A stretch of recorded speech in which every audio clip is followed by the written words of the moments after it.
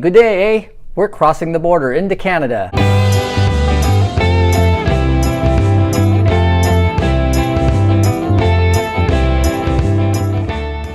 Once we left Washington to go into British Columbia and cross the border, this is when things started to get interesting for us. The first thing I did in Washington was walk into the wrong room and just completely startle this guy that was sound asleep in his bed. I also noticed that my foot was starting to hurt and I was suffering the symptoms of a gout attack. So I ended up having to really watch my diet and eat a lot of cherries and drink a lot of water, both of which were plentiful in this area. Canada has a lot of fresh fruit stands, a lot of water, and my foot feels 100% right now. So that's awesome, because trying to go on a motorcycle road trip in a full-blown gout attack would have been miserable.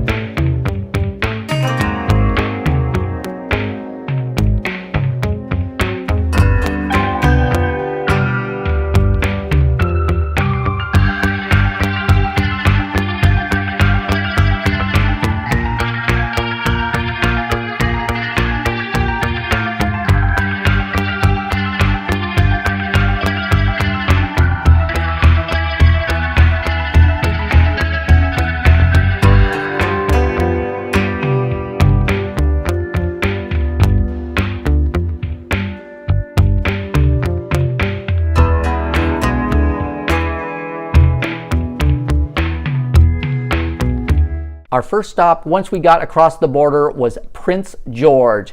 And we met so many people that just wanted to stop and talk to us about the motorcycles and ask us where we're from. They'd kind of trip out on my Hawaii plates.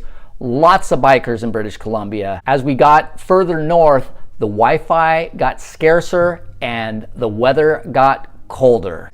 I got this Smithers Harley Davidson t-shirt, which is pretty cool. We also met one of the coolest rangers that I've ever met. She gave us free firewood, helped us pick out a really cool campsite, and even gave us a pot to boil water in. I did learn rather quickly, once we crossed the border and got further north, that a mesh jacket and a hoodie were not going to be enough to keep me warm. So I ended up switching into my rain gear at this point, which really helped keep me warm because it helped break the wind. And from there on out, the rain gear has been pretty much what I've been wearing. I look like a big giant traffic cone, but whatever, at least I'm warm.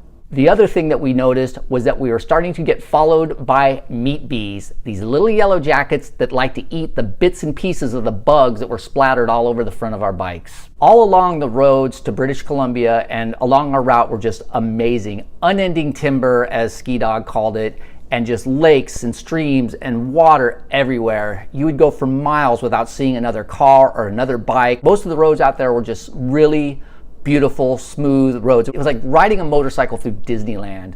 We even had a bear come out and wave at us.